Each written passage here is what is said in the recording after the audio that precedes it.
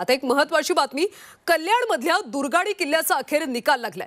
किल्ल्यामध्ये मशीद नसून मंदिर असल्याचा कोर्टाने निकाल दिला। 1971 पासून ठाणे कोर्टामध्ये मंदिर की मशीद याबाबत सुनावणी सुरू होती।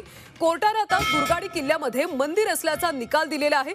दरम्यान या निकालानंतर हिंदू संघटनेच्या पदाधिकारी आणि शिवसेनेच्या पदाधिकाऱ्यांनी कल्याणच्या दुर्गाडी किल्ल्यावर आरती करत जल्लोष साजरा केला।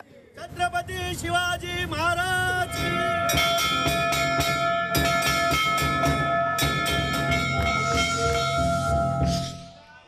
शासनाच्या बाजूने सदस्यता निकाल लागल्याचे पद्धतीने त्यामध्ये जोपर्यंत निकालाची प्रत हे आपल्यापर्यंत पोहोचणार नाही तोपर्यंत त्यावरती भाष्य करणं योग्य होणार नाही। त्या अनुषंगाने आज दुर्गाडी परिसरासारख्या संपूर्ण याच्यामध्ये पूर्ण परिमंडळ 3 मध्ये योग्य तो पोलीस बंदोबस्त ठिकाणी ठेवण्यात आलेला आहे।